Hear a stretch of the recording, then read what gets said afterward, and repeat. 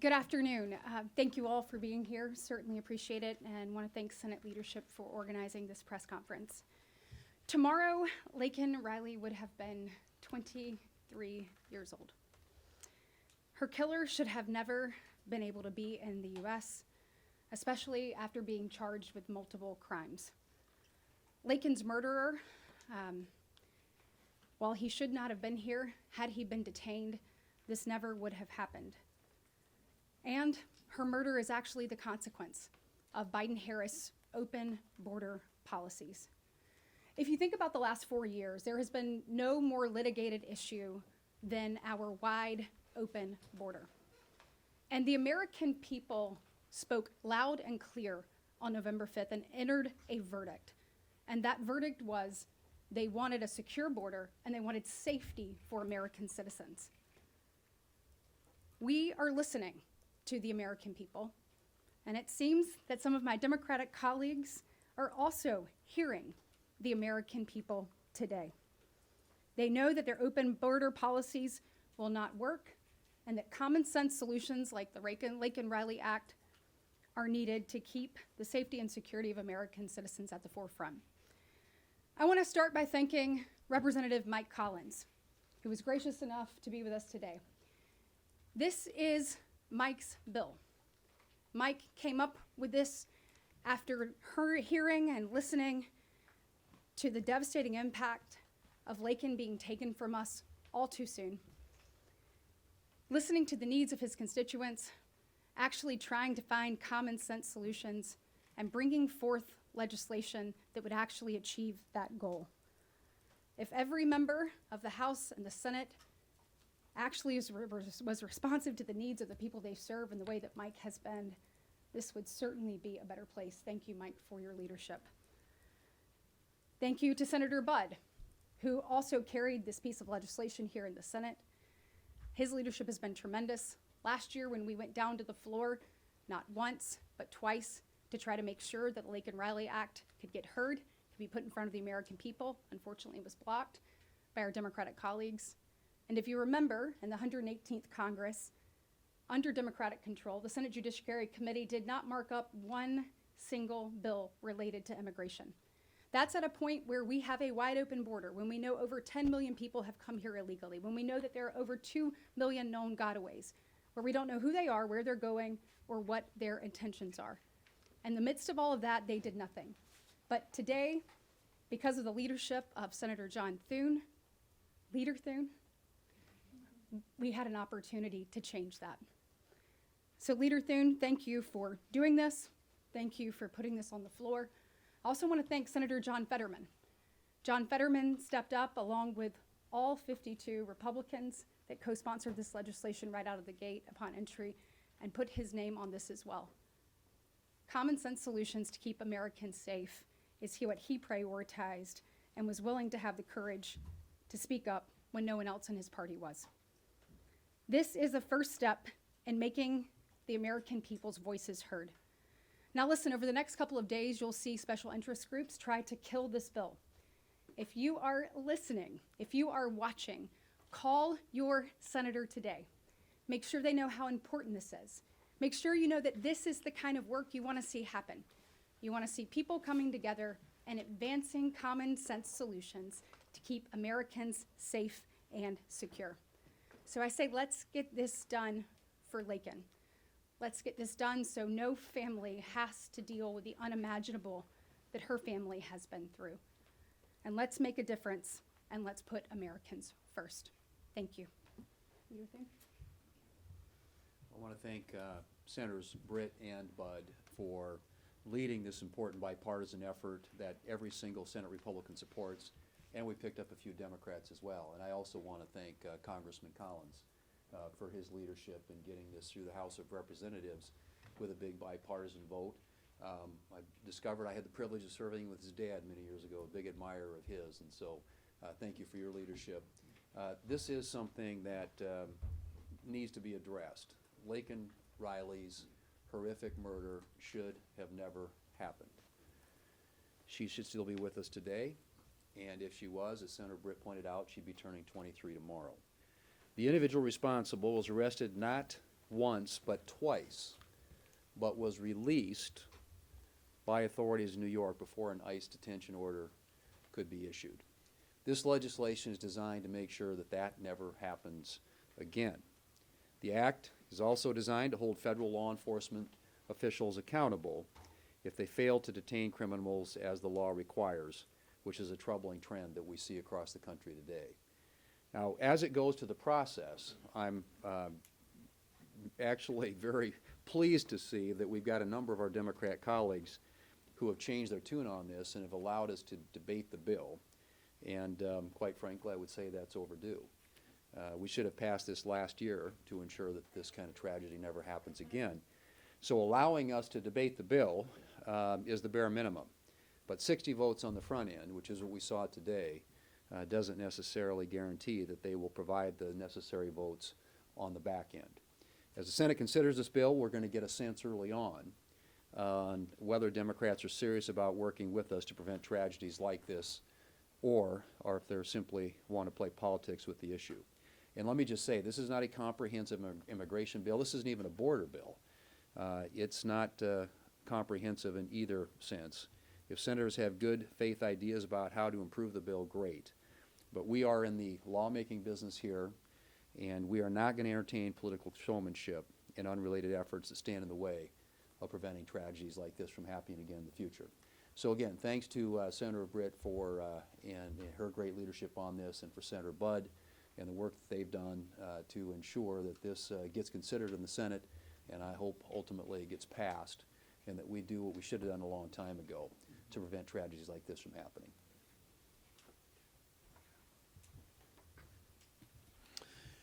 Leader Thune, I just want to thank you for making this a priority.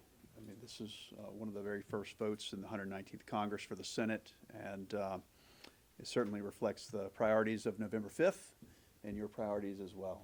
So I want to thank also my colleague, Senator Britt, for her leadership, who worked this across the aisle within her own conference and has just done a tremendous job. I see this as a father, and as a father of two daughters, and I can't imagine what the family has gone through. And I know many of us have children, and we hope that we never face what this family has faced. Now, I also think, even though this took place in Representative Collins' district, I think about my state of North Carolina and what the sheriffs of all 100 counties, most of them have said to me. They said every single county in North Carolina is now a border county because of Joe Biden's policies. And so we've seen that the devastation of those policies in this tragedy that we saw last year. And policies, they have tragic consequences. Laken Riley was a wonderful nursing student with a bright future, and she was murdered by an illegal alien from Venezuela. This killer should have been stopped, but tragically he wasn't. He should have been stopped at the border in 2022, but he was paroled into the country. He should have been detained when he was arrested in New York in 2023, but he wasn't. He should have been detained when he was arrested for shoplifting, but again, tragically, he wasn't. And we can't let something like this happen again. The Laken Riley Act requires ICE to detain illegal aliens who commit theft and shoplifting. And every Senate Republican supports this, including what we saw with the motion to proceed. And again, there's more work to do, as you mentioned earlier. But we're optimistic, and we're going to continue to work on this. And I can't think of a single reason why any senator would oppose the Laken Riley Act.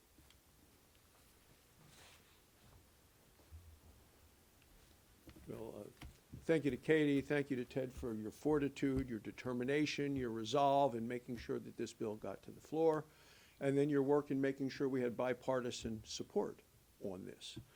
This is the first bill that we brought to the floor for a roll call vote. Our new members were down there saying, how do we vote? What do we do? Well, they knew how to vote, they just weren't sure of the process of which to vote. This was the very first time that all of these new members of the Senate had an opportunity to vote. And it was an important vote because it's such a consequential vote. There is so much urgency, and this bill will actually save lives. Now, as we go through the process, as Katie talked about getting this passed, we need to make sure that nothing is done to weaken this bill. You talked, Senator Britt, about people might trying over the weekend to defeat this bill, to weaken it. We are not going to allow that to happen. We're going to do everything we can to make sure that this gets passed in the same strong way that Representative Representative Collins brought this to the floor. So we are encouraged by today. This is a commitment to put American citizens first, not illegal immigrants. And if everything goes as we're working so hard to do, this will be one of the first bills that President Trump signs into law when he takes office on January 20th. Senator Britt and Senator Budd, Representative Collins, thanks for all the work that you have done for Leader Thune, for bringing this to the forefront. We have a tremendous amount that needs to be done in this session of Congress. But we're still grieving over where America is with illegal immigration based on what's happened in the last 4 years. We have an individual that illegally crossed our border. He was able to cross our border and be paroled into the country because of overwhelming numbers. This would not have happened if the numbers were manageable, if we were detaining people, doing their hearings, and then processing and then deporting them, quite frankly. But because of overwhelming numbers, he was paroled into the country, then arrested again, and released. I had someone that asked me this morning, when they asked me what I was voting on today and working on, that was back home in Oklahoma. And I told them about the Laken Riley Act. And I told them what it did, that it was a very simple bill that dealt with someone who illegally came into our country and then committed crimes after that they were here, that they should already be removed. Their very first statement to me was, isn't that already illegal? Isn't that already against the law? And I said to them, it is amazing and disappointing that we as a nation need to pass a bill to say to this and every future administration, and quite frankly the previous administration, this should never happen again. It shouldn't have happened in the first place, and we don't want any president in the future ever to just turn their head as the current president has done on the border and said that doesn't matter. Because of Laken Riley and her family, this most certainly matters. So this is a first small step to be able to get control of our border and to be able to make a clear statement. There are many more steps to go. And clearly President Trump is going to enforce the law. He's made that very, very clear. But for Laken Riley's family, we hope this brings some sense to them of purpose for a meaningless murder that happened to their daughter. So that's our prayer. This is the first step with the process vote today. There are many other steps to be able to go through in the next week, and we anticipate getting this passed, getting it over, and getting it signed. Thank you, Leader Thune. Appreciate the few minutes to speak to you. Senator Britt, Senator Budd, thank you. I appreciate the help over here. You know, I think I want to take just a quick minute and give you a different tact on this. You know, we have a criminal thug that came across the border illegally, him and his brother. Both of them got paroled, got sent on their way, taxpayer dollars, sent them to New York, sanctuary city, put a roof over their head, gave them clothes. Taxpayers been feeding them. Instead of them going out and getting a job and try to assimilate to our country, what'd they do? Oh, they brought their trade with them. What is that trade? It's being a criminal. Like so many criminals that got away. And what did they do? They started out with minor level crimes, endangering a child, shoplifting. The more that they get away with and the more we let these criminals go, it just emboldens them. And they step it up, and they step it up to the point where Jose Ibarra murdered a young 23-year-old girl, a 23-year-old student who had her whole life in front of her. They didn't come over here to assimilate, no. They came over here to continue what they were doing when they were back home when they get kicked out. That's to be a crook and a criminal. That's why the Laken Riley Act is so simple. Right now, local law enforcement can't contact ICE unless it's a major crime. Are we going to let every illegal criminal that comes over here, who already broke the law by breaking into our homes, our country, are we going to let them just continue to escalate the crime to the point where it gets to murder? Oh, by the way, now we'll arrest you. No. We need to kick them out with these low-level crimes. We need to go ahead and detain them, process them, and deport them. And I want to leave you with one last quick thing. Laken Riley's whole life, all she wanted to do was save lives. That's it. And when her parents told me if we could do anything, pass anything here that might make to where no other family has to go through this, then we should pass it without any problem, and they would be honored to put her name on it, because her name will live forever, and her name will continue to save lives across this country by making our communities safer. So I appreciate what y'all are doing in the Senate. This is a bipartisan piece of legislation, and you saw it had bipartisan support. Had it in the House, and it's got it in the Senate. And I can't wait to get this thing on President Trump's desk and have him sign it into law. Thank you for letting me speak. Thank you. Yeah, questions? Yes, sir. So I have a question for you, and this is also related to, what universe of amendments would you be willing to consider? Is there, I mean, are you willing to amend the bill, and is there a certain period of time which you're gonna allow that conversation to go before you start to, or before you find closure on the bill? Do you want to take that? I mean, obviously, certainly open to that. We have been talking with our colleagues in the Republican conference, our colleagues across the aisle, and trying to get an idea of what a universe of amendments looks like.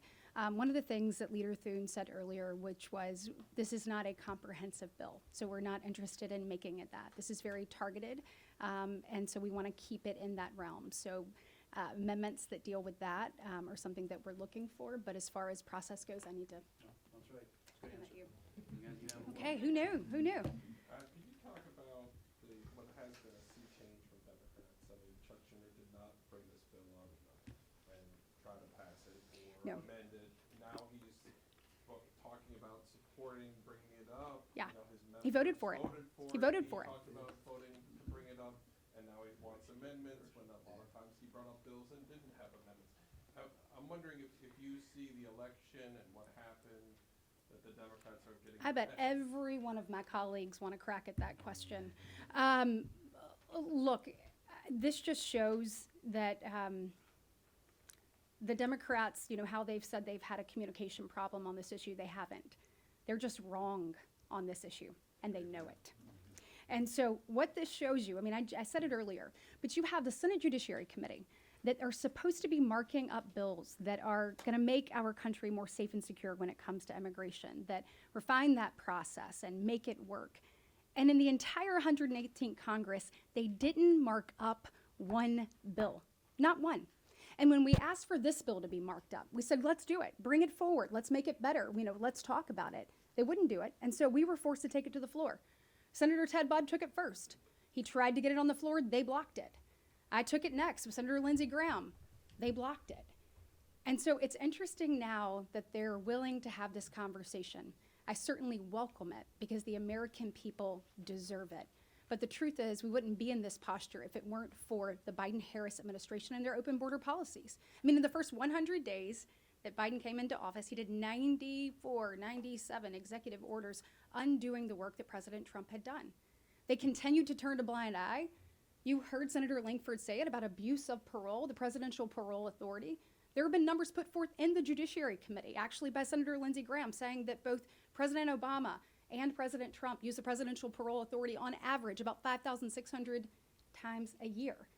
And yet you look at what President Biden was doing, and he's paroling people close to 1 million people a year on average.